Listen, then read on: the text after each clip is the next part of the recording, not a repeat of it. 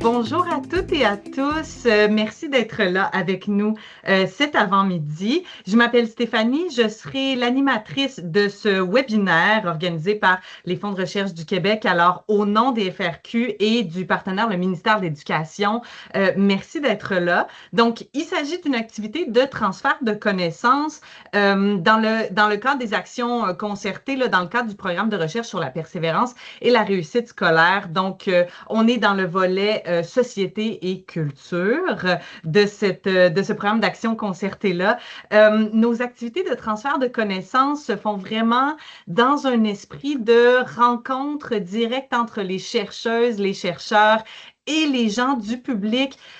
Tous horizons confondus, organismes, institutions, représentants, représentantes des dirigeants et des dirigeantes, les décideurs, les décideuses, quiconque serait intéressé par les retombées et les appels à l'action que ces projets de recherche-là génèrent. Donc, le but de l'action concertée, en fait, c'est de favoriser le développement de la recherche, évidemment, la mobilisation des connaissances, de générer des connaissances utiles en sciences sociales et humaines, en arts et lettres. Le but, c'est évidemment de mieux comprendre les problèmes, les enjeux de notre société, de proposer des pistes de réflexion, des solutions innovantes, des appels à l'action. Donc, aujourd'hui, on va vous présenter, pas moi, deux chercheuses vont vous présenter deux projets de recherche.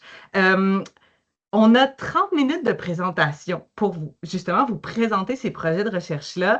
30 minutes, ça peut paraître assez long pour avoir beaucoup de détails, mais évidemment, relativement à l'étendue de ces projets-là qui se sont étendus sur plusieurs années, 30 minutes, ce n'est pas très long. Donc, aujourd'hui, on se concentre sur vraiment le concret. Les chercheuses présentes je vais vous présenter là, dans une petite minute, euh, on leur a vraiment demandé de se concentrer sur les problématiques qui ont été considérées, à quels besoins est-ce que ces projets de recherche-là répondent, et ensuite vraiment, à quel résultat on est arrivé, quelles conclusions on peut en tirer, quelles propositions est-ce qu'on peut faire à partir de ça.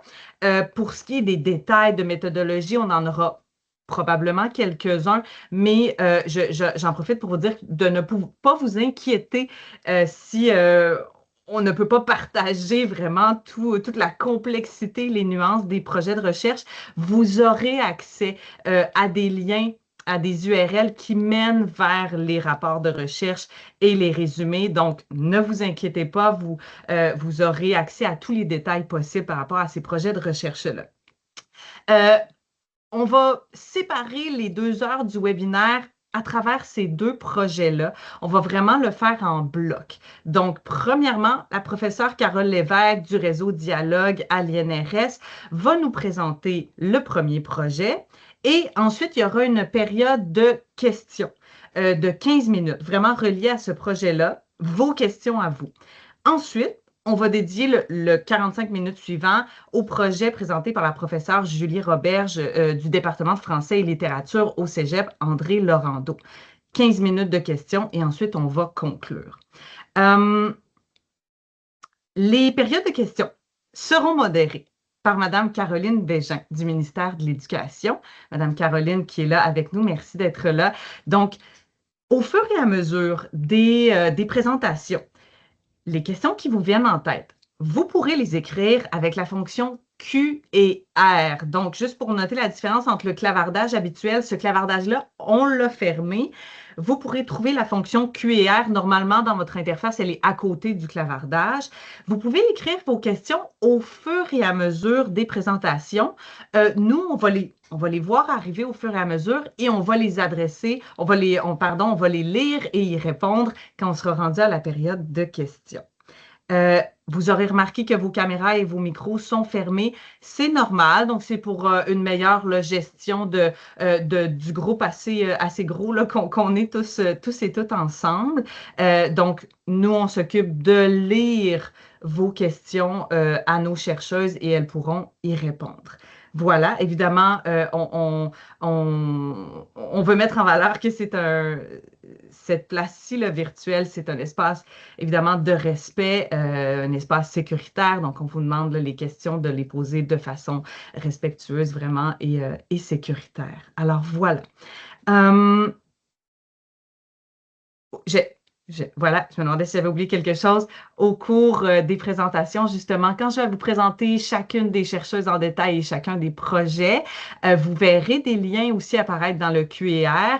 Ce sont justement les liens vers les résumés et les rapports de recherche. On va vous donner aussi des liens vers la programmation des FRQ, nos prochaines activités de transfert de connaissances.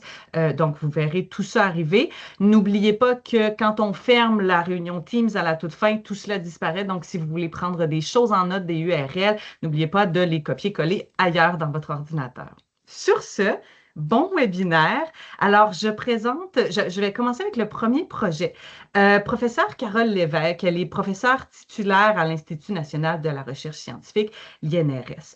Elle est fondatrice et directrice du réseau Dialogue qu'elle a fondé en 2001. Réseau Dialogue qui est le réseau de recherche et de connaissances relatives aux peuples autochtones. Pour ce projet-là, elle s'est vue décerner le prix Impact Connaissance par le Conseil de recherche en sciences humaines du Canada en 2021. Professeur Lévesque est anthropologue de formation, détentrice d'un doctorat en anthropologie sociale et culturelle de la Sorbonne à Paris, professeur titulaire à l'Institut national de la recherche scientifique depuis 1995. Et professeur Lévesque travaille et collabore étroitement depuis 1972 avec les instances et les communautés autochtones du Québec. Elle privilégie les rencontres, la présence continue sur le terrain, les rencontres humaines directes, et elle se considère privilégiée justement de pouvoir étudier et voir comme une spectatrice de premier plan les transformations sociales, culturelles, politiques, économiques qui caractérisent le parcours des peuples autochtones dans notre Québec contemporain. La recherche de proximité, cette philosophie-là de recherche, vous allez évidemment la voir dans la présentation du projet qu'elle va nous partager. Ce projet qui s'appelle Ni Kikandan, regard sur l'écosystème éducatif autochtone au sein du réseau scolaire québécois. Donc, on va parler évidemment des enjeux de la réussite scolaire des jeunes autochtones, de leur cheminement, de leur présence dans le réseau d'éducation québécois, des liens entre les écoles autochtones et celles du réseau québécois, la formation, peut-être la bonification possible de la formation du personnel enseignant et scolaire. On se penche sur le parcours du préscolaire au secondaire. Voilà. Alors, professeur Lévesque, je vous laisse la scène virtuelle. Merci beaucoup. Je vais partager mon écran.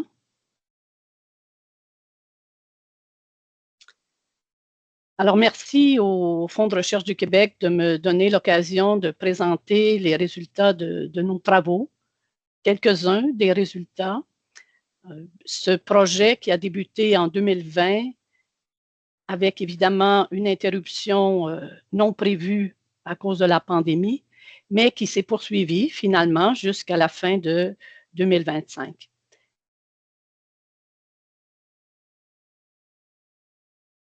Alors, je dois changer la diapo. OK, voilà. Alors, les personnes qui ont travaillé avec moi, il y en a plusieurs, puisqu'au départ, nous avons eu des rencontres d'orientation avec plusieurs membres du réseau Dialogue, mais une équipe particulière a travaillé à produire l'information, à réaliser les enquêtes, à tenir les cercles de discussion. Alors, je vais les nommer rapidement. Natacha Blanchette-Cohen, professeure à l'Université Concordia. Julie Moat, du Comité des aînés de Picogan. Johanna Redoux, professeure à l'UQAT. Emmanuelle Piedboeuf, agente de recherche à l'INRS et coordonnatrice du réseau Dialogue. Martin Gagnon, agent de recherche statisticien à l'INRS. Denis Vollant, un étudiant en études autochtones à l'INRS, mais aussi un aîné. C'est très important de le mentionner. On étudie à tout âge en milieu autochtone. Margot Mouat, du Comité des aînés de Picogan. France Mouat, école Miigwech, Picogan. Lauriane Petitcoué, du Centre d'amitié autochtone Chabedjoutanik. et Joanne Larouche, également du Centre d'amitié autochtone Chabetjou-Tanik.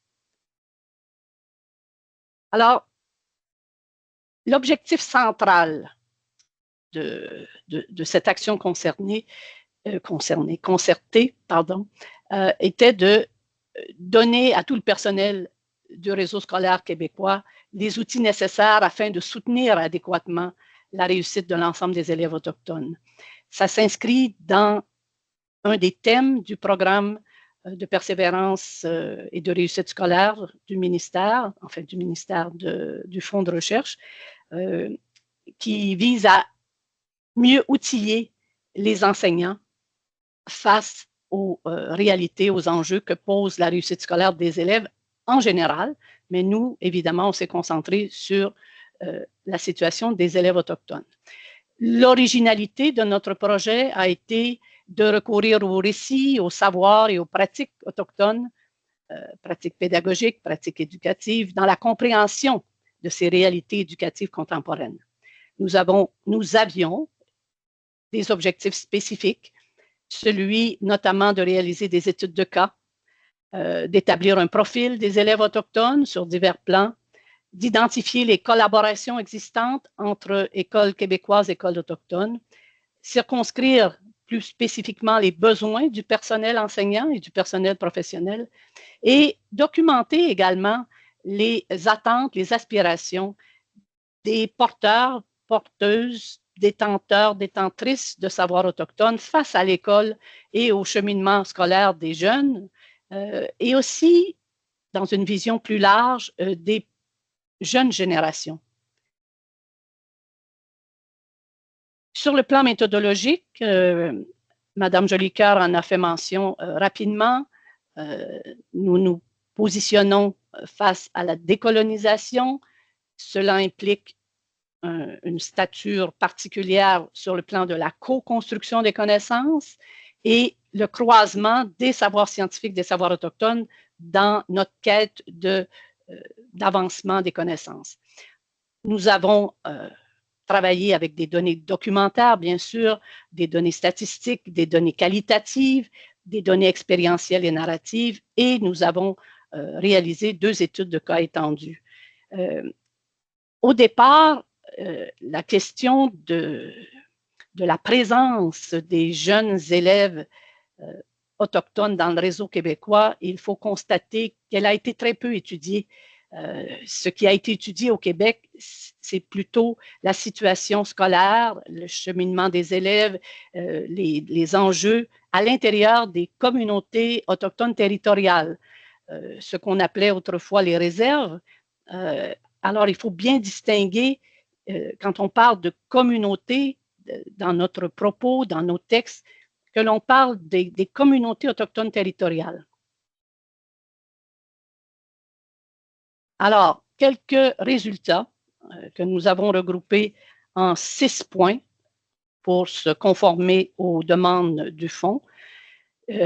Éléments de l'écosystème éducatif autochtone. Ce n'est pas un hasard si nous proposons aujourd'hui, dans le titre même du projet, un nouveau regard sur l'écosystème éducatif autochtone. Au sein du réseau québécois, on a très peu d'informations sur ce monde autochtone à l'intérieur du réseau québécois et c'est ce que nous avons voulu documenter, c'est ce que nous avons voulu développer davantage. D'abord, il faut prendre en considération, et on l'oublie généralement, que plus de 60% de la population des Premières Nations, du peuple inuit, qui réside dans les villes québécoises, 60%, c'est davantage que la population résidente des communautés autochtones territoriales. Même les cartes qui nous sont accessibles à travers Internet ne précisent pas cette présence qui est quand même très importante. Et on l'a noté dans le rapport récent de la vérificatrice générale du Québec en 2024, qui est sorti en novembre 2024, lorsqu'il était question, le rapport portait sur l'éducation des Autochtones au Québec, ce rapport mentionnait qu'il y avait on estimait à peu près à 3100 élèves autochtones dans les écoles du réseau québécois. Nos travaux, des travaux statistiques quand même assez poussés, nous amènent plutôt à constater qu'il y a 13 000, 14 000, peut-être davantage d'élèves autochtones, on parle toujours du préscolaire jusqu'au secondaire, à l'intérieur du réseau scolaire québécois. Les gens des Premières Nations, d'appartenance des Premières Nations, du peuple inuit, ce qui correspond en gros à peu près la moitié de l'ensemble des enfants autochtones à l'échelle du Québec. Donc, on est loin de quelques milliers d'enfants qui seraient répartis dans les centaines d'écoles au Québec. De là, la nécessité de jeter un regard un peu plus large sur ces réalités. On constate aussi une concentration de certains effectifs scolaires. La présence autochtone au Québec, elle se vérifie dans plus de 600 municipalités, dans près de 50% des municipalités de la province. Et on a constaté également qu'il y avait des proportions significatives à l'intérieur de certaines villes et de certaines régions, comme l'Abitibi-Témiscamingue, la Côte-Nord, la Mauricie notamment. Je peux vous donner quelques exemples de cette concentration des effectifs, puisque la population autochtone au Québec, de manière générale, connaît une croissance plus rapide que la population québécoise en général. À la TUC, par exemple, les jeunes qui ont 15 ans et moins, on parle des jeunes autochtones dans la ville, correspondent à 32% de l'ensemble de la population autochtone de la ville.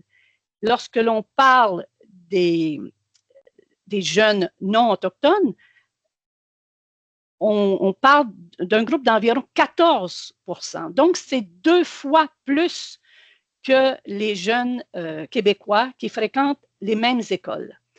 Dans le cas de la TUC, on voit aussi que par rapport à l'ensemble de la population de la ville de la TUC, qui est en baisse d'ailleurs depuis 2016, la proportion des personnes autochtones atteint plus de 9%.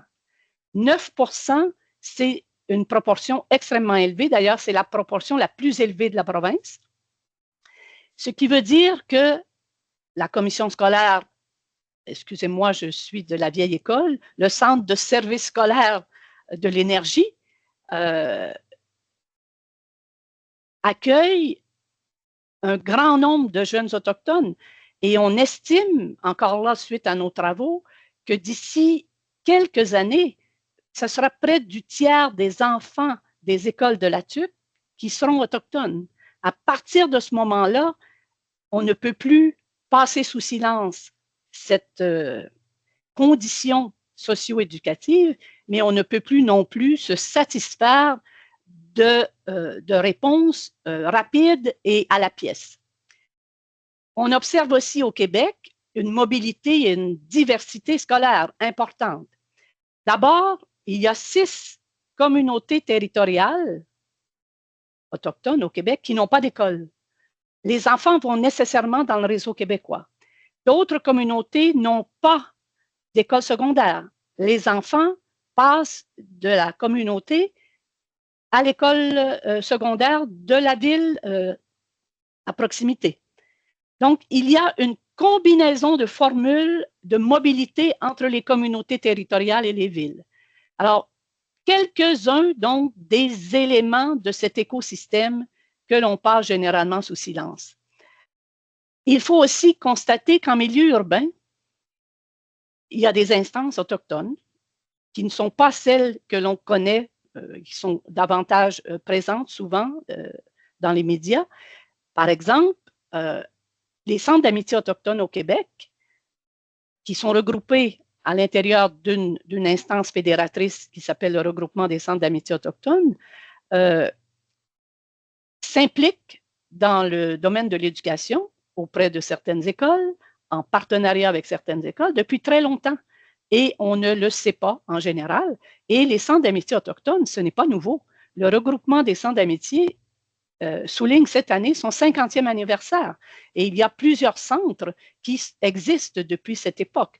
Donc, cela fait aussi partie de cet écosystème dont on connaît peu les composantes. Dans les nouvelles instances institutionnelles, il faut aussi compter sur les tables d'accessibilité aux services publics urbains pour les Autochtones, qui existent depuis à peu près 8 ans au Québec. Et il y a des tables locales, il y en a 9 au Québec. Il y a une table de concertation régionale. Il y a près de 220 partenaires de différents ministères, de municipalités qui participent à ces travaux. Et ça implique à peu près une quinzaine de ministères québécois. Donc, généralement, quand il est question de réussite scolaire des jeunes autochtones, on ne parle pas de ces instances qui pourtant jouent un rôle incontournable et seraient même appelées à jouer un rôle encore plus grand. Il existe également des collaborations entre des écoles autochtones, des écoles québécoises, des collaborations interétablissements qui mènent à des projets très précis.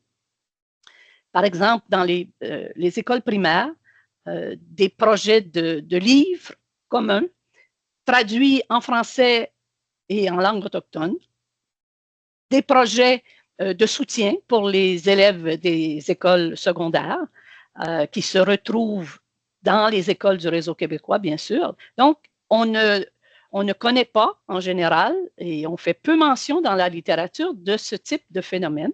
Et je parlerai rapidement du cas du centre de service scolaire Arikana à Amos. Le centre de service scolaire Arikana accueille les jeunes élèves de la communauté voisine de Picogan, des jeunes Anishinaabe, puisqu'il n'y a pas d'école secondaire à Picogan. À peu près, on est à 3-4 kilomètres d'Amos. La collaboration qui existe, elle est là depuis plus de 40 ans. Et on ne trouve aucune information dans la littérature sur ce type de collaboration. Et aujourd'hui, les jeunes Anishinaabe de Picogan ont à leur disponibilité, je dirais, pardon, 5 agents de liaison autochtones, un local dans les écoles. On enseigne la langue Anishinaabe, peut-être pas assez, mais on l'enseigne quand même depuis aussi 40 ans.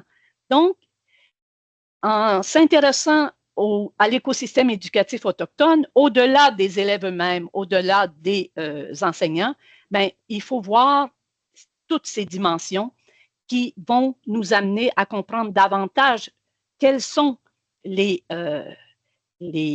facteurs qui peuvent soutenir la réussite, déjà la persévérance des jeunes élèves autochtones.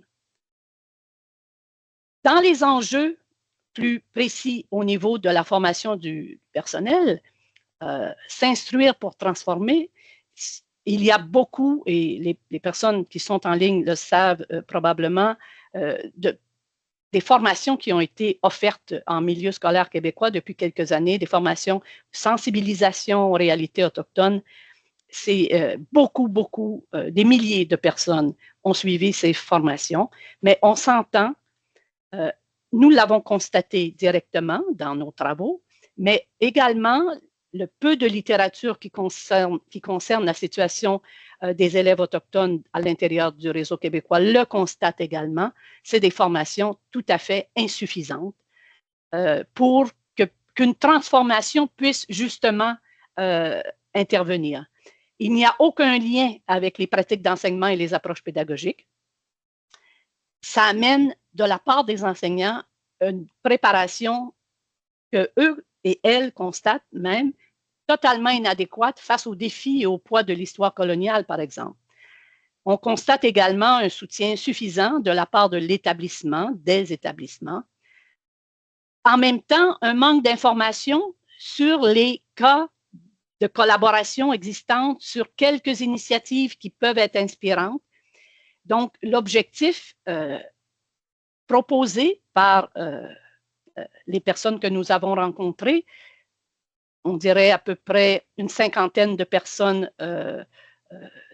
d'enseignants, de professionnels, mais aussi une cinquantaine de personnes du monde autochtone. Donc, grosso modo, une centaine de personnes qui ont été mobilisées à différents moments avec différentes procédures méthodologiques pour répondre à ces enjeux que nous pouvions soulever. Et est apparu le besoin de mettre sur pied, dans les écoles du réseau québécois, des projets collectifs, de préférence à des projets individuels, parce que les initiatives qui existent, les cas de collaboration, sont souvent le fait d'une enseignante, d'un enseignant, plus souvent une enseignante d'ailleurs. Et quand la personne quitte ou change d'école, ben, le projet se termine là. Alors, on constate donc un manque de continuité dans les projets parce que les établissements n'ont probablement pas adopté de politique ou de stratégie partagée à l'échelle de leur institution. Il y a aussi un autre phénomène qui est apparu important, c'est qu'on parle de l'éducation québécoise, on en parle en long et en large depuis longtemps, il y a une masse d'informations, mais on oublie qu'il existe aussi une histoire de l'éducation autochtone au Québec, dont on ne prend pas la mesure, dont on ne connaît pas les paramètres, sauf dans une littérature scientifique parfois qui circule peu connue. Donc, aucune des formations qui rejoignent les enseignants, le personnel enseignant, mais aussi le personnel de gestion, le personnel de direction, aucune n'aborde l'histoire de l'éducation autochtone au Québec. Et pourtant, elle est très, très importante. Il y a quand même près de 70 écoles autochtones au Québec, dans les différentes communautés territoriales. Des écoles, certaines sont là depuis 50 ans. Donc, on a occulté totalement cette éducation autochtone qui a une histoire, qui a des réussites, qui a aussi des défis, mais dont il faudrait prendre en considération les diverses dimensions pour mieux comprendre les conditions dans lesquelles évoluent non seulement les jeunes, mais aussi leurs parents, leurs grands-parents, le monde autochtone en général. Et ce constat de cette histoire autochtone, l'histoire de l'éducation autochtone méconnue, concerne aussi les jeunes enseignants, enseignantes autochtones qui sont évidemment d'une autre génération et qui n'ont pas nécessairement accès à cette information. Il y a eu, dans les années 70, le programme d'amérindianisation des écoles autochtones, qui est totalement inconnu, un programme qui a duré une quinzaine d'années, qui a été à la base de la création ou de la consolidation des écoles autochtones au Québec. Aujourd'hui, on a oublié évidemment ce programme qui a été très, très important. On parlerait d'autochtonisation, un autre terme qui est parfois peu clair, mais il reste qu'il y a eu des avancées avant aujourd'hui. Et le fait de pouvoir être présente, comme c'est mon cas, depuis toutes ces années, m'amène à faire des ponts qu'autrement on ne ferait pas, des ponts de compréhension dans l'information. Et cette prise en charge, comme on l'a appelé, on l'appelle encore comme ça, a été une manifestation claire d'autodétermination de la part des femmes autochtones. Ce sont les femmes majoritairement, très grande majorité, qui ont été à la base de la création de ces écoles et qui sont aujourd'hui celles qui sont toujours avec nous, des femmes d'un certain âge, on l'aura compris, et qui sont très préoccupées par l'éducation. La plupart ont été des enseignantes, des professeurs de langue. Donc, il y a quelque chose que l'on perd lorsque l'on occulte ces réalités. Et pour ces femmes des années 70-80, la majorité a aussi été en pensionnat au Québec. Ça a été une manière de conjurer les séjours en pensionnat, c'est-à-dire comment elles ont pu, à leur tour, créer des conditions différentes dans l'apprentissage. Alors, cette histoire de l'éducation autochtone, c'est aussi une histoire de pratiques pédagogiques revitalisées, un patrimoine à protéger et à transmettre et une partie, on l'a dit, constitutive de l'histoire de l'éducation québécoise, pas seulement de l'éducation autochtone. Ça fait partie de l'histoire de l'éducation québécoise.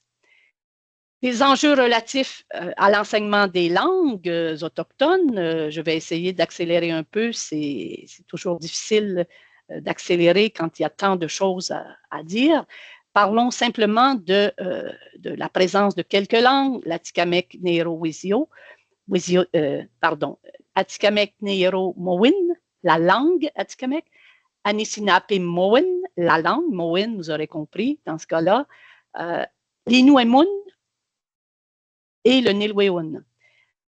Il y a, à l'exception de 2 cas, dont celui des écoles de la commission scolaire, du centre de service scolaire Arikana, très peu d'enseignement des langues autochtones dans les écoles du réseau québécois. Et il faut admettre que c'est un enjeu majeur avec une augmentation rapide de la présence des jeunes autochtones dans le réseau québécois. Une attention va devoir être portée. Et dans ce cas-là, ce n'est pas, il ne s'agirait pas d'arriver avec un plan d'action qui serait généralisé, puisque la situation de chacune des langues est différente. Ce qui se passe, c'est qu'aussi, avec l'âge avancé des anciennes enseignantes, professeurs de langue, il y a de moins en moins de personnes qui peuvent enseigner ces langues. Alors, ça pose d'autres défis majeurs. C'est aussi la profession d'enseignante, de professeur de langue en milieu autochtone est une profession malheureusement en déclin. Toute proportion gardée, le nombre d'enseignants, d'enseignantes autochtones est à la baisse depuis les années 70-80. Et pourtant, on a développé tellement d'innovations dans l'enseignement. Il y a une question qui reste là. Comment se fait-il que le nombre d'enseignants autochtones baisse à ce point? Et cela amène un problème, enfin un autre défi, et ne parlons pas de problème, c'est qu'il y a de plus en plus d'enseignants non autochtones dans les écoles autochtones. Du côté du secondaire, c'est à peu près 100%, c'est exceptionnel qu'on trouve un enseignant ou une enseignante autochtone, mais du côté du primaire, la proportion augmente chaque année et ça constitue un défi majeur pour le réseau scolaire québécois, puisque ces enseignants, ces enseignantes qui arrivent dans les écoles autochtones, par la suite éventuellement dans les écoles du réseau scolaire, n'ont pas cette connaissance intime des réalités. Dans les enjeux relatifs au parcours des élèves autochtones, dans les années 70-80, 90, le peu de littérature qu'il y avait faisait état de grandes insatisfactions entre le monde autochtone et l'école québécoise. Ben, 40 ans, 50 ans plus tard, à ma grande surprise, on est presque au même endroit. Évidemment, les mécanismes ont changé, mais finalement, les zones d'incompatibilité et d'incompréhension sont encore très réelles et actives. Par exemple, on met de l'avant, en dehors des insatisfactions générales, le fait que les enfants autochtones reçoivent, si on peut dire, des plans d'intervention en plus grand nombre que les enfants non autochtones. Et souvent, ces plans sont attribués aux élèves sans que les parents, les grands-parents ou les tuteurs, tutrices soient informés. La maîtrise du français se fait au détriment de la langue autochtone et dans certains cas, si vous l'avez vu rapidement dans la diapo précédente, à l'Atuc, par exemple, la langue Atikamekw Nehero-Mowin est une des langues qui compte le plus de locuteurs au Canada. Ce qui veut dire que les jeunes et la population atikamekw qui vit à la Tuque, et même Shawinigan et Trois-Rivières, puisque c'est le continuum, les enfants parlent, sauf exception, parlent leur langue autochtone. Donc, si on met les deux univers linguistiques en confrontation, c'est sûr qu'on va arriver à des problématiques beaucoup plus importantes. Est-ce qu'il y aurait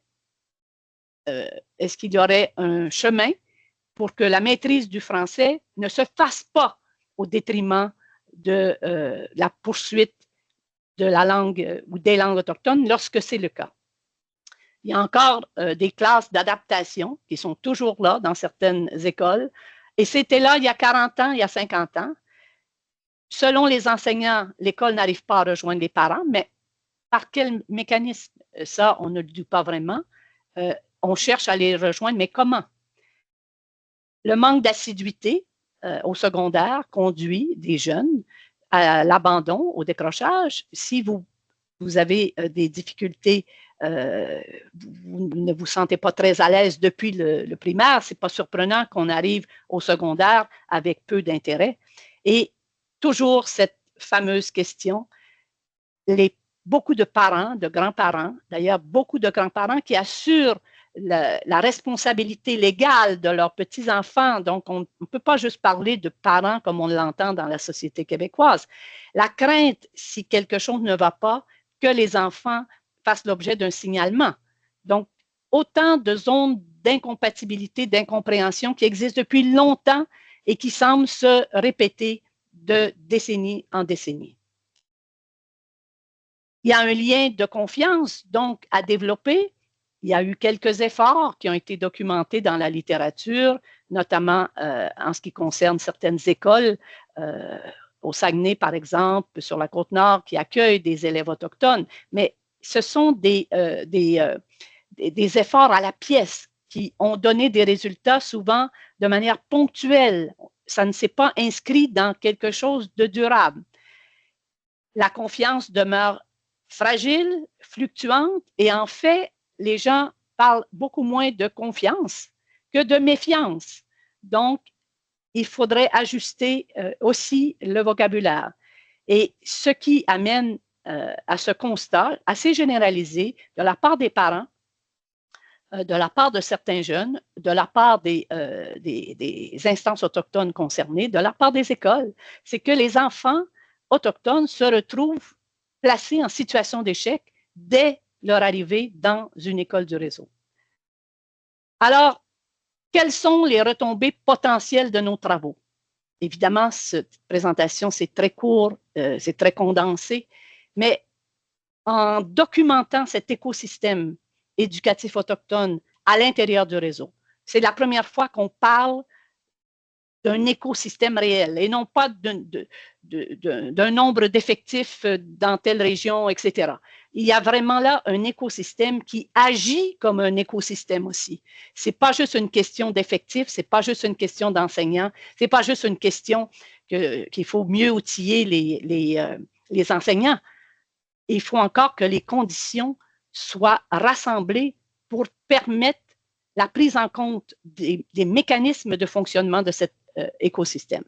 Donc, ce qu'on a fait, et c'était un des objectifs globaux de ce projet, c'était de renouveler les assises documentaires de référence en produisant un corpus nouveau de référence sur lequel on continue de travailler à l'heure actuelle pour déjà expliquer, statistiques à l'appui, à quel point la présence des enfants autochtones dans le réseau québécois est significative.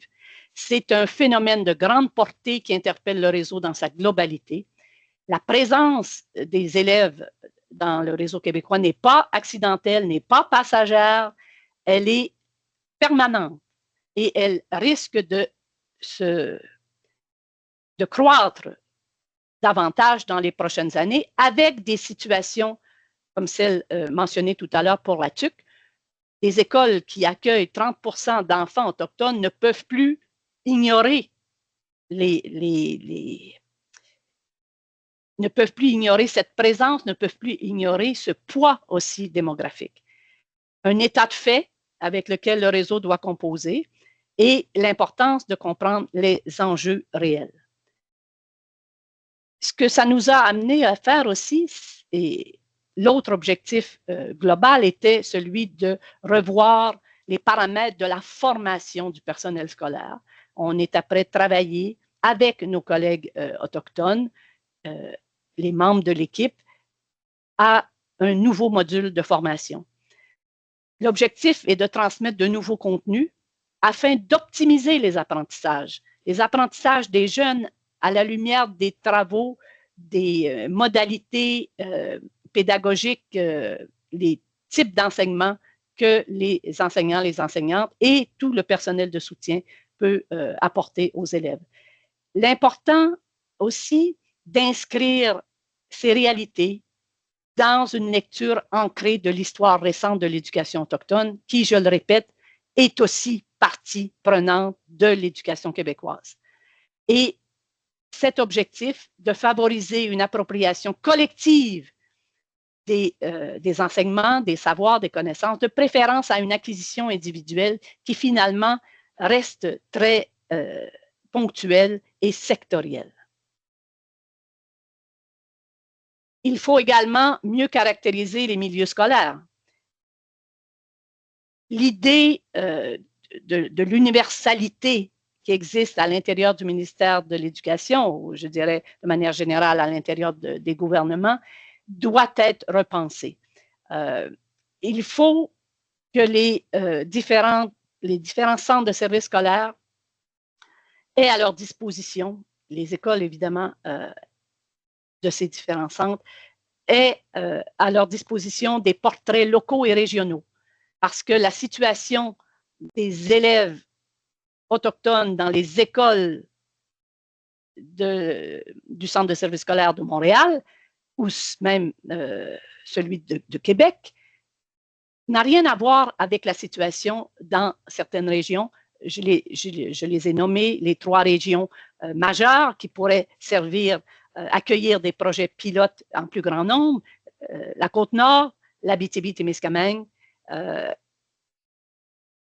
une partie Côte-Nord-Saguenay, j'inclus Saguenay de ce côté-là, et la Haute-Mauricie.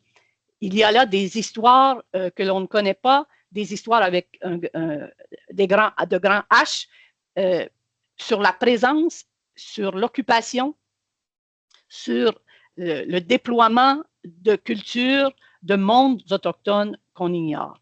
Donc, il va falloir penser à des modèles différenciés, adopter une approche différentielle des réalités, reconnaître le rôle des nouvelles instances aussi dans le dossier éducatif du réseau et promouvoir par différents moyens le partage des informations et des responsabilités entre les divers partenaires.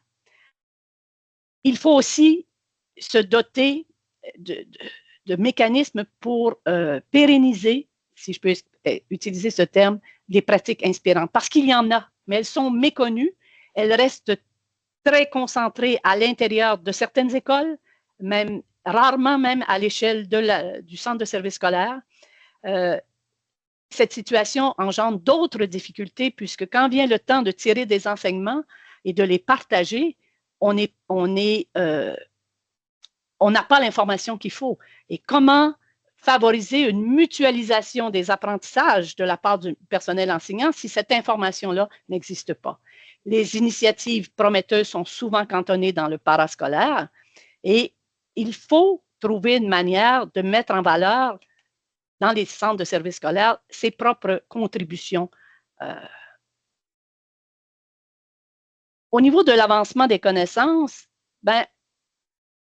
on a contribué, et on contribue toujours, à une construction conceptuelle autre. Il faut revoir les facteurs constitutifs de la réussite scolaire des jeunes autochtones. Le ministère, de manière générale, et je me réfère au rapport encore de la vérificatrice générale de novembre 24, qui cite le ministère à cet effet, 4 grands ensembles de facteurs qu'on prend en considération lorsqu'il s'agit de parler de persévérance, de réussite scolaire. Facteurs personnels, familiaux, éducatifs et scolaires, facteurs sociaux. L'exception autochtone est totalement occultée là-dedans. Les outils de gouvernance nationaux et internationaux, tels que la Déclaration des Nations unies sur les droits des peuples autochtones, totalement ignorés. Et en fait, cette catégorisation, elle a été extrapolée au monde autochtone sans considération pour les marqueurs sociaux, les ancrages culturels, les systèmes d'idées et de savoir autochtones. Donc, ça nous amène à développer une nouvelle grille d'analyse. La réussite éducative des élèves autochtones renvoie à des facteurs d'autres ordres, modulés selon des repères culturels puissants. Ces facteurs sont géographiques, historiques, territoriaux, juridiques, linguistiques, économiques, écologiques. Tous ces facteurs ont un impact sur l'apprentissage. Les catégories existantes même, les facteurs personnels, familiaux, éducatifs, sociaux, doivent aussi être pensés. Les notions même d'éducation, de trajectoire éducative reposent sur des codes sociaux et des modes de socialisation autres. Dans les pistes de solutions et d'action, bien sûr, il faut favoriser la mutualisation des apprentissages de la part du personnel scolaire.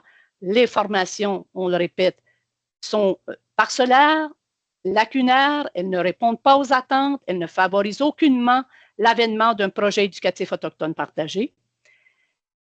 Il faudrait concevoir un plan d'action partagé au sein du réseau, une compréhension élargie des modalités de la présence des élèves autochtones, envisager un changement d'approche, une valorisation d'appoint des cultures autochtones est nettement insuffisante. On est en 2026 quand même. Il y a eu des acquis, il y a eu la Commission de vérité et réconciliation, il y a eu la Commission Vient, la Déclaration des Nations unies. On en fait abstraction totalement. Il importe de s'engager sur le chemin de la réconciliation et de remplacer l'approche de l'adaptation que les Autochtones appellent une politique ou un programme avec une plume. On ne change en rien la nature de la politique, on ne change en rien le programme, mais on dit « et pour les Autochtones ». Donc, la changer, la remplacer par une approche de reconnaissance. Et je termine, je crois, c'est la dernière diapo, je ne vois pas. Oui, j'allais justement vous dire qu'on a... mais c'est parfait si on est à la fin. On est tellement bien agencé. Donc, les nouvelles pistes, évidemment, documenter plus largement l'écosystème. Il faut favoriser la réalisation de nouveaux projets de co-construction des connaissances, multiplier les études de cas étendues, se pencher sur les dimensions constitutives des environnements d'apprentissage autochtones, soutenir les travaux sur les expériences de collaboration entre écoles autochtones et écoles québécoises. L'exemple de l'enseignement des langues, par exemple, pourrait connaître des avancées considérables et mener à la production de nouveaux outils pédagogiques. Cette période d'échange-là, merci pour vos questions. On va passer dans l'univers de l'éducation, évidemment, encore, mais cette fois-ci, au niveau collégial. Donc, je vous présente notre deuxième chercheuse, Julie Roberge. Julie Roberge est professeure au département de français et littérature du Cégep André-Laurendeau. Elle est titulaire d'un doctorat en sciences de l'éducation. Elle a réalisé des recherches qui portent sur la compréhension de la rétroaction par les étudiants, sur la motivation dans leur premier cours de français et sur les façons d'aider justement les étudiants et étudiantes à être de meilleurs apprenants en développant leur maturité d'apprentissage. Avec justement, en collaboration avec le programme de technologie du génie physique au Cégep, elle a mené avec son équipe une étude sur le développement de stratégies d'enseignement motivantes pour les étudiants, étudiantes et les enseignants, enseignantes. Un ouvrage écrit par Madame Roberge, professeure Roberge, va paraître en 2027, un ouvrage qui porte sur la correction des travaux chez Fides Éducation. Elle est chargée de cours à la Faculté des sciences de l'éducation de l'UQAM, membre du comité de rédaction de la revue pédagogique collégiale. On lui a remis des prix. Elle est membre de l'Ordre d'excellence en éducation du Québec, Donc, elle est, tout comme professeur Lévesque, un modèle d'excellence en recherche. recherche.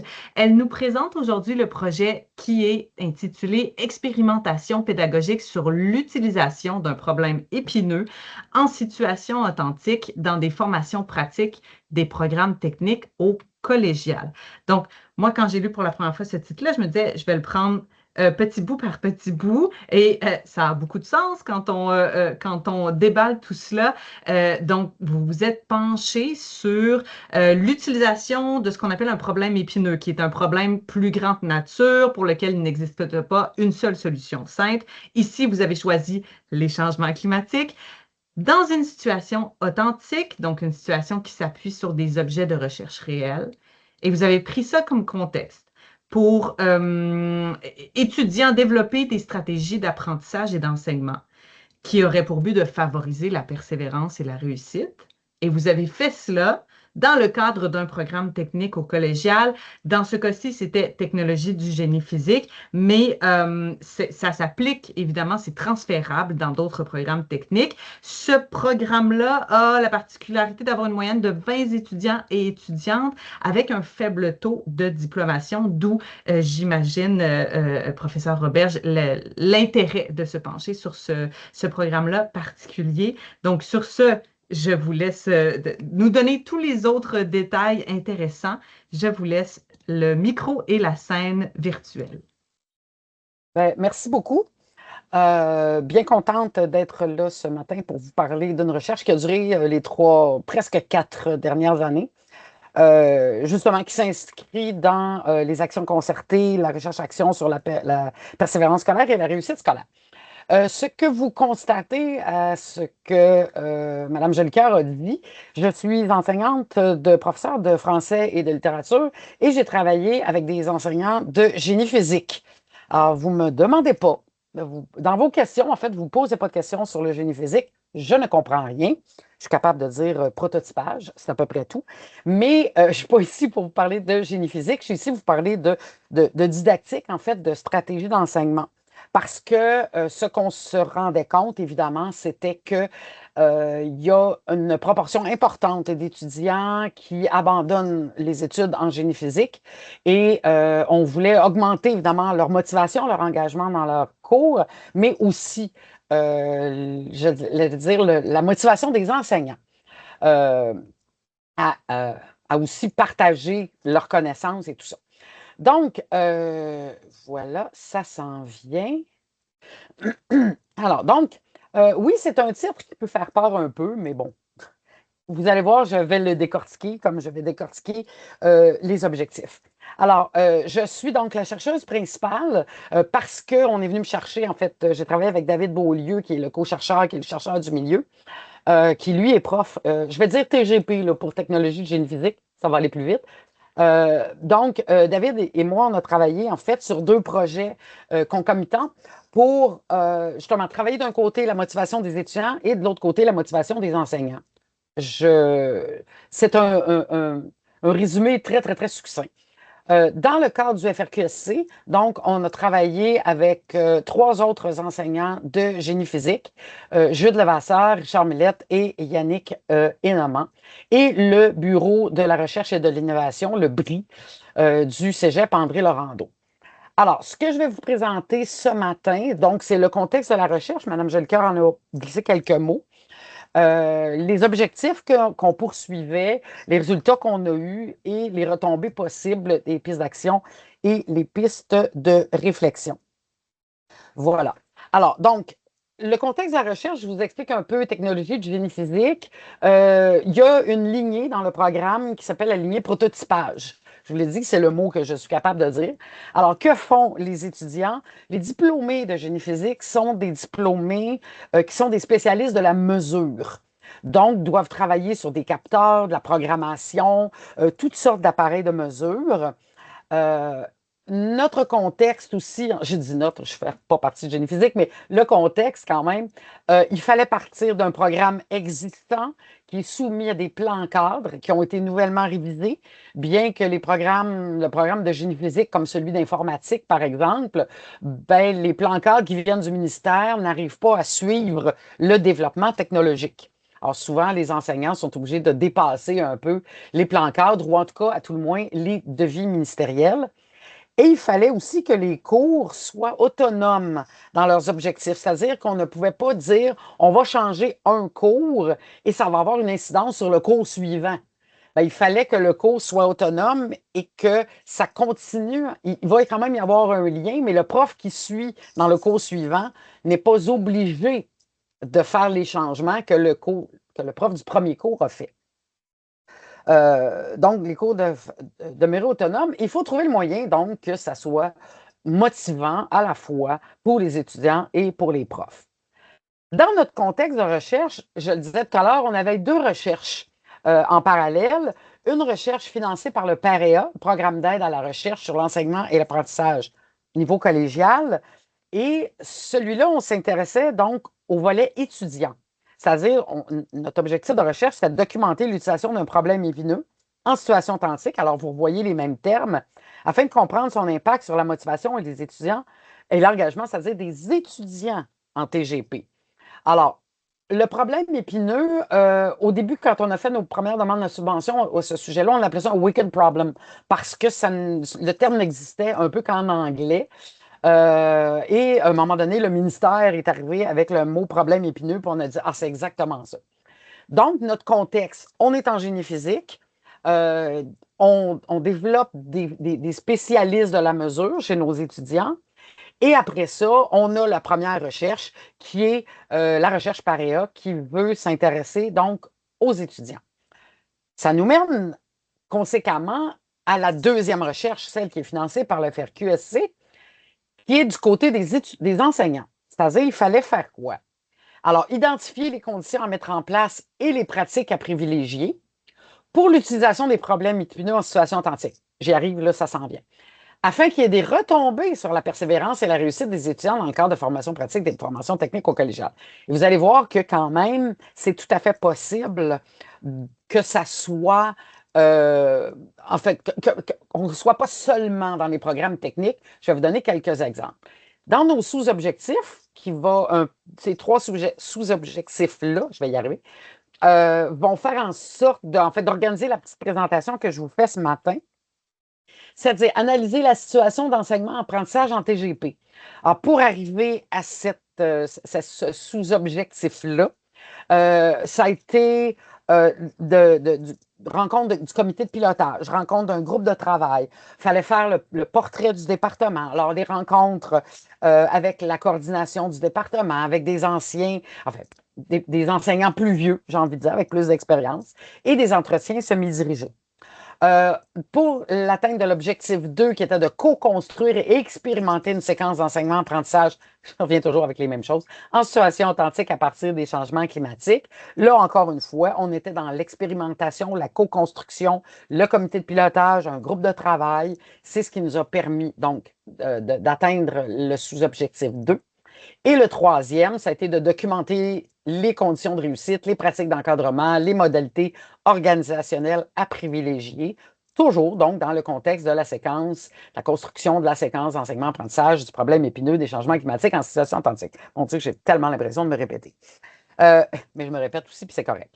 Alors, donc, ce que vous voyez, encore une fois, groupe de travail, groupe de pilotage, pour arriver au sous-objectif 3. Alors, donc, quel était le problème épineux? Madame Jolicoeur en a glissé un mot tout à l'heure. Un problème épineux, c'est quoi? C'est un problème plus grand que nature. Ça pourrait être la faim dans le monde, la faim FAIM. Ça pourrait être les guerres. Ça pourrait être, je sais pas, la paix dans le monde. On aurait beaucoup de travail à faire là-dessus. Les gens de génie physique, de TGP, ont choisi les changements climatiques. Pourquoi? Parce que c'était beaucoup plus facile d'intégrer des spécialistes de la mesure, des activités autour de la mesure dans les changements climatiques. Alors, ce qu'on a observé et ce qu'on avait documenté, donc dans l'analyse de la situation d'enseignement, c'était quoi? C'était, bon, dans les changements climatiques, qu'est-ce qu'on a vu? Des tempêtes plus fréquentes, des températures extrêmes, de chaleur, de froid, la fonte des glaciers. Qui a beaucoup guidé, en fait, nos observations, des déplacements de faune et de flore, les plus abondantes. Et tout ça a des impacts sur la population autour des plus abondantes de déplacements de faune et de flore. On s'est fait dire il y a quelques semaines à peu près qu'arrivaient les ratons laveurs avec la rage qui s'en venaient à Montréal bientôt.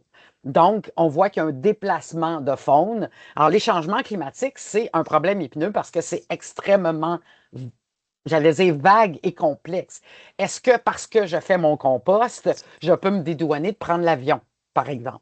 Donc, ça fait partie enfin, de toutes les questions qu'on peut avoir autour des changements climatiques.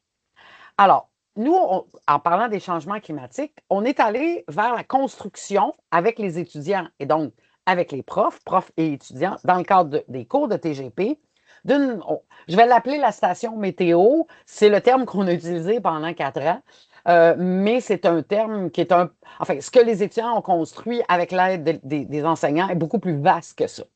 Et là, si vous remarquez, donc, la température, l'humidité, la pression, c'est donc d'être capable de mesurer, de capter ces informations-là pour être capable de mesurer la température, de mesurer l'humidité, le taux d'humidité. Aujourd'hui, par exemple, je pense que les étudiants auraient beaucoup de plaisir. La pression, par exemple, mesurer la direction de la vitesse du vent, mesurer l'ensoleillement, la luminosité, les précipitations, être capable de géolocaliser, c'est encore une mesure. Donc, d'être capable de géolocaliser, je vous dirais, par exemple, que les étudiants sont allés installer une station météo sur un glacier au Pérou. Il faut être capable de géolocaliser la station météo si on ne veut pas la perdre. Il faut être capable d'y retourner. De travailler sur l'alimentation solaire, d'être capable de créer un boîtier à l'épreuve des intempéries. Vous avez la photo à gauche d'une partie de la station météo. D'être capable de faire des fixations mécaniques, de transmettre par biais des satellites les informations ou de créer des interfaces à distance. Alors, ce que vous voyez là, ce sont des apprentissages que les étudiants doivent faire en technologie du génie physique. Donc, on est toujours dans l'analyse de la situation d'apprentissage et on voit on est dans une situation authentique. C'est une vraie station météo qui a vraiment servi. Alors, vous le voyez, ça a été installé, la station météo, donc une situation vraiment authentique, donc sur des sites extrêmes, à Kuujjuaq-Pic ou Nunavik. Si vous avez entendu hier, Ève Christian, à la radio de Radio-Canada, a dit justement que la température la plus chaude hier était à Kuujjuaq-Pic. C'est pas notre premier choix quand on demande où fait-il le plus chaud au Québec. Ben, hier, c'était à Kuujjuaq-Pic. J'ai eu un petit sourire, évidemment, quand j'ai entendu ça. Donc, le glacier au Sangate. Je vous disais que les étudiants et les enseignants sont allés au Pérou. Donc, ce qu'on voit, c'est la mise en place de ce qui a été appris parce que la station météo a été installée dans des sites extrêmes. On a des sites moins extrêmes aussi. Le Mont Mégantic, les étudiants ont installé aussi une station météo au Mont Mégantic et aussi un peu plus plate, mais plus accessible, sur les terrains du Cégep, dans l'arrondissement du Sud-Ouest à Montréal. Dans l'activité authentique, on a eu extraordinairement l'éclipse solaire d'avril 2024. On ne pouvait pas plus authentique que ça. On en a commandé une autre éclipse solaire. On n'a pas eu de réponse pour l'instant, mais ça a fait que les étudiants ont pu, vous le voyez à la photo à gauche, ça tenait dans une boîte de chaussures et ce que mon père appelait du gros gris. Donc, quelque chose qui fait en sorte qu'on est vraiment dans la situation authentique et ce qui est important, c'est la capture de la mesure. Alors, ils ont mesuré quoi? Bien, par exemple, la baisse de luminosité au fur et à mesure qu'arrivait l'éclipse solaire. On a eu quelques minutes d'éclipse totale sur les terrains du Cégep. La baisse de la température également. Donc, on est toujours dans les spécialistes de la mesure, mais là, on était vraiment, vraiment activité, on ne peut plus authentique. Fait que, tout ça mis ensemble, cette situation authentique-là, a fait qu'on a dû se questionner sur comment maintenant amener les étudiants, j'allais dire, à comprendre en quoi les apprentissages qu'ils font sont utiles éventuellement. Très souvent, l'enseignement en situation technique, dans des cours techniques, se fait un peu de façon magistrale. Repenser à des cours de maths, par exemple, où on faisait théorie, exercice, théorie, exercice, théorie, exercice, examen. Alors, on s'est dit, non, il faut qu'on change cette façon d'enseigner-là. L'analyse de la situation d'enseignement a montré que l'utilisation du problème épineux des changements climatiques, les situations authentiques, ça nous prenait un modèle d'enseignement-apprentissage qui était qui était un peu différent, en fait, de ce qu'il faisait. Alors, on est allé, on a fouillé un peu, et là, je rends justice quand même à Jude Levasseur, qui est professeur retraité, mais qui a repris du service, comme beaucoup de retraités d'ailleurs, qui a repris du service au programme de TGP, notamment à la suite de la pandémie, puis qui est resté là pendant toute la durée de la recherche. Alors, on a cherché un modèle didactique qui était adapté au développement des compétences technologiques. Et à l'Université catholique de Louvain, au département de mécanique, le département là-bas a créé un modèle didactique qui s'appelle CDR, que je vais utiliser maintenant, parce que contextualisation, décontextualisation et recontextualisation, c'est un peu trop difficile à dire à plusieurs reprises. C'est donc un modèle qui est expérimenté, raffiné depuis plus de 20 ans, et ça faisait tout à fait notre affaire. Alors, qu'est-ce que c'est? Alors, ce modèle-là, contextualisation, c'est que d'abord, on met l'étudiant, l'apprenant, dans une situation réelle. Alors, par exemple, je fais un parallèle avec apprendre à nager, qui n'est pas du tout lié à un programme technique. Bien, apprendre à nager, on lance l'étudiant dans le creux, et là, il est dans un contexte où il doit comprendre que peut-être qu'apprendre à nager, ça pourrait être une bonne idée s'il ne veut pas se noyer. La décontextualisation, cette fois-ci, on enlève le contexte et là, on va aller dans un discours un petit peu plus conceptuel, un langage un peu plus formel, une théorie on va dégager donc des théories liées à ce que les étudiants ont vu dans la contextualisation. Donc, on sort les étudiants de la piscine et on leur montre à nager le crawl, par exemple, ou à nager la nage du petit chien.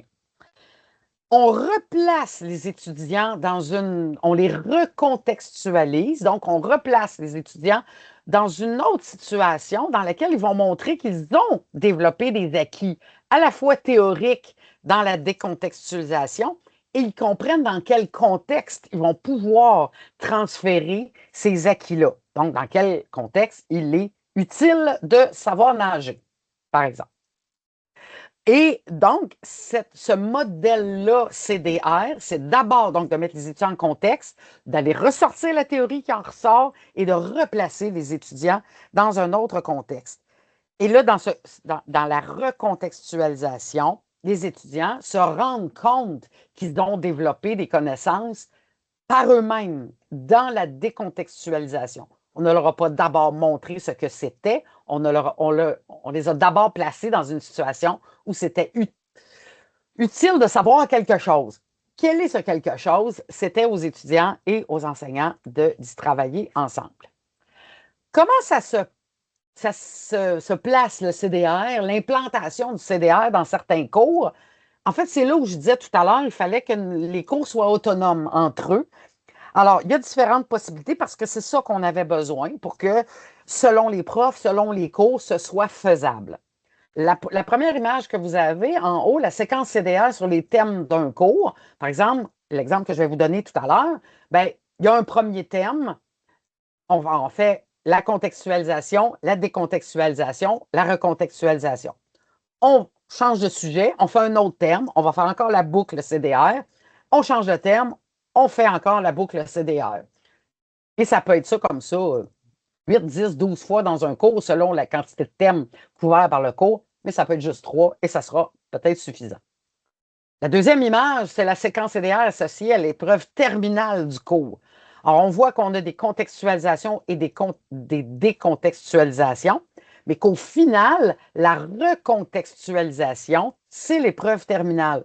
Comment tout ce que les étudiants ont développé comme connaissances et comme compétences, à la fois pratiques et théoriques pendant le cours, s'actualise dans l'épreuve terminale du cours. Et finalement, la séquence CDR, elle peut se faire sur plusieurs cours. Alors, par exemple, dans le cours 1, on aurait une séquence d'apprentissage sur un sujet qui se voit dans plusieurs cours. La compétence se développe dans plusieurs cours. On pourrait avoir le CDR vécu dans le premier cours de cette séquence-là, dans le deuxième cours de cette séquence-là, dans le troisième cours, pour qu'éventuellement, il y ait une grande recontextualisation dans le dernier cours qui porterait sur une séquence, sur un même contenu, un même thème. Alors, je vous montre un exemple d'implantation du CDR. C'est le premier cours, celui-là, c'est une citation au génie physique. Alors, vous avez, par exemple, au début, le contexte, c'est un dé à jouer.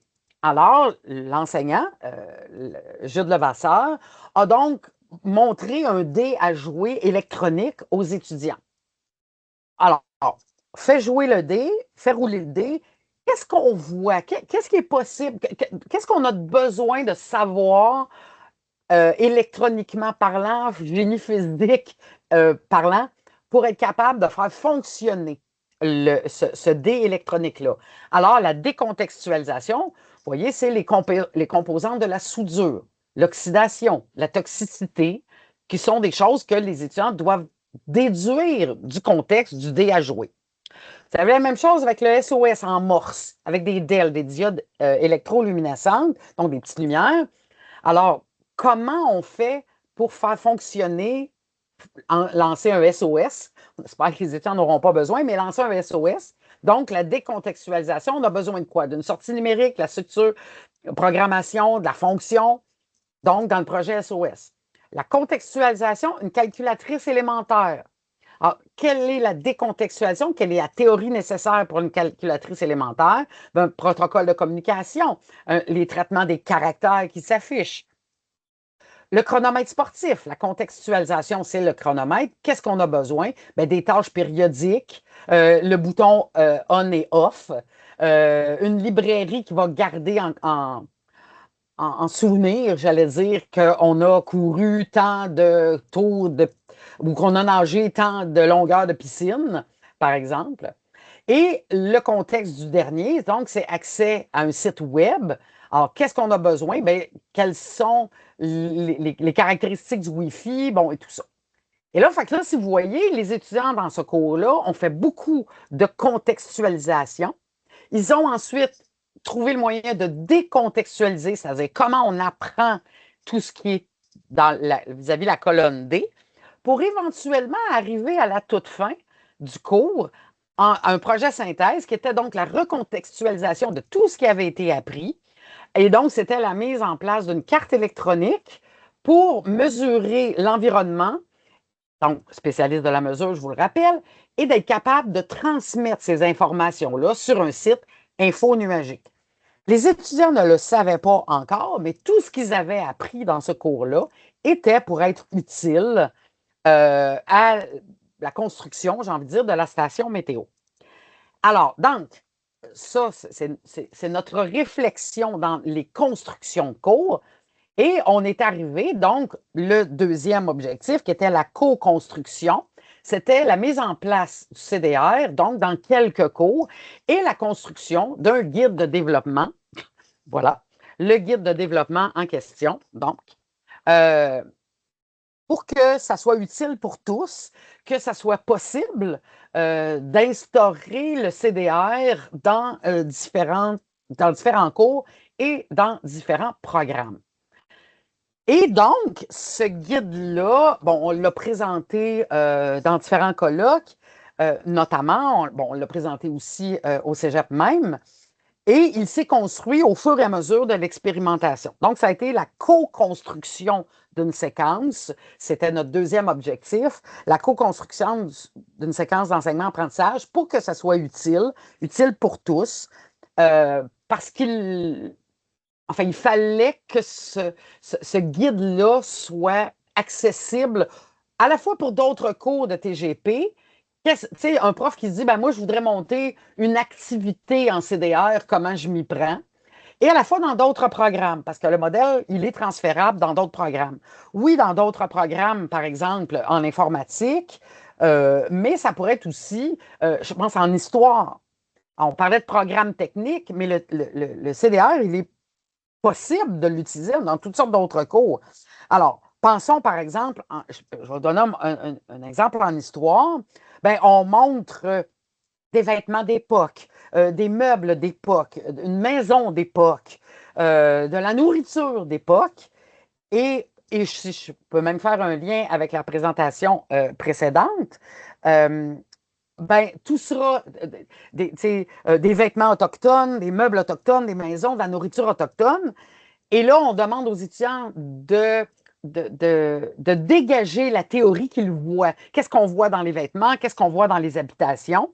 Et après ça, on pourrait dire, ben, vous devenez la recontextualisation. Ils deviennent des historiens responsables d'observer ou d'aider, j'allais dire, un réalisateur de film qui voudrait tourner un film dans une communauté autochtone de Première Nation, puis dire, ben, pouvez-vous m'aider? Comment je pourrais documenter mon film pour que ça soit historiquement correct, par exemple. Fait qu'on le voit, ça se fait dans toutes sortes de programmes. Alors, donc, notre problème épineux, évidemment, dans notre cas, les changements climatiques, c'est tout à fait transférable dans d'autres cours. Le modèle CDR, je viens de vous le dire, ça se transforme, ça se transfère, c'est-à-dire aussi dans d'autres programmes. Le guide du développement de cours en mode CDR que je vous ai montré tout à l'heure, il est déposé sur le site du Centre de documentation collégiale, le CDC. Et on a évidemment des partenariats. J'en ai nommé quelques-uns parce qu'on en a toujours, ça bouge toujours, ces partenariats-là. Notamment avec le cégep de la Pocatière, le Collège John Abbott, la Pocatière étant à la Pocatière, et John Abbott étant dans l'ouest de l'île de Montréal. Ce sont les deux seuls cégeps avec André Laurando à offrir le programme de technologie du génie physique. Alors, c'est sûr qu'on développe avec eux des partenariats. Partenariat avec l'UQTR, notamment le Glacio Lab, l'École de technologie supérieure, l'ETS, où on forme des ingénieurs, l'Université continentale de Huancayo, au Pérou, les communautés autochtones du Nunavik. Donc, ce sont des partenariats qu'on essaie d'entretenir, mais un peu comme la présentation le disait au précédent, c'est au bon vouloir des profs qui s'en occupent de vouloir aller donc dans ces communautés-là pour pouvoir implanter et continuer ces partenariats. Donc, dans les communications qu'on a fait, on est allé présenter beaucoup à la QPC, l'Association québécoise de pédagogie collégiale, pour montrer justement que tout était transférable ailleurs. On est allé à l'ACFAS également. On a fait la commission des études au cégep André Laurando. Il y a eu une journée de la recherche organisée par le BRI, le Bureau de la recherche et de l'innovation, au cégep André Laurando. On a participé à l'émission Moteur de recherche à la radio de Radio-Canada et on a publié plusieurs articles. Dans les publications d'articles, il y en a qui nous font plus plaisir que d'autres, j'ai envie de dire. Bon, que David Beaulieu, Jules Levasseur et moi, on communique dans les colloques, c'est normal, ça fait partie de notre travail d'enseignant-chercheur de communiquer nos résultats. On ne ferait pas de recherche si on voulait garder nos résultats pour nous. Mais dans les articles, ce qu'on a vu aussi, en fait, et dans les communications, nos assistants de recherche sont toujours venus avec nous. Dans le cadre de la recherche au collégial, c'est plus difficile. On n'a pas d'équipe de recherche comme à l'université, il est possible d'en avoir. On n'a pas ces subventions-là pour avoir un bureau de recherche, pour avoir une équipe de recherche. Alors, c'est des choses qui changent. C'est des individus qui s'ajoutent, des étudiants qui s'ajoutent, qui partent au gré de la fin de leurs études. Et dans le cadre de la recherche sur la FRQSC, donc, on n'avait pas d'étudiants en génie physique parce qu'on voulait que les étudiants de génie physique travaillent sur la construction de la station météo et non pas sur la réflexion autour du CDR. Mais ça n'a pas empêché, évidemment, Mariama Ba, qui était donc une étudiante, une de nos assistantes de recherche, d'écrire un article pour Pédagogie collégiale, de la même façon que Eleonore Boutazzoni, un article à paraître également, qui va paraître sans doute à l'automne, justement sur ce que ça lui a apporté et le regard qu'elle porte sur la recherche collégiale. Dans nos pistes de réflexion, nos limites, évidemment, de cette recherche-là et des retombées, et là, il y a du travail à faire du côté des directions des études des différents collèges, c'est la formation pédagogique des enseignants. Ça a été notre première limite. Pourquoi? Parce que les enseignants de technique du génie physique sont d'abord j'allais dire des ingénieurs, mais des spécialistes disciplinaires. Alors, c'est pour ça que moi, j'étais là. J'étais la spécialiste en didactique et en pédagogie.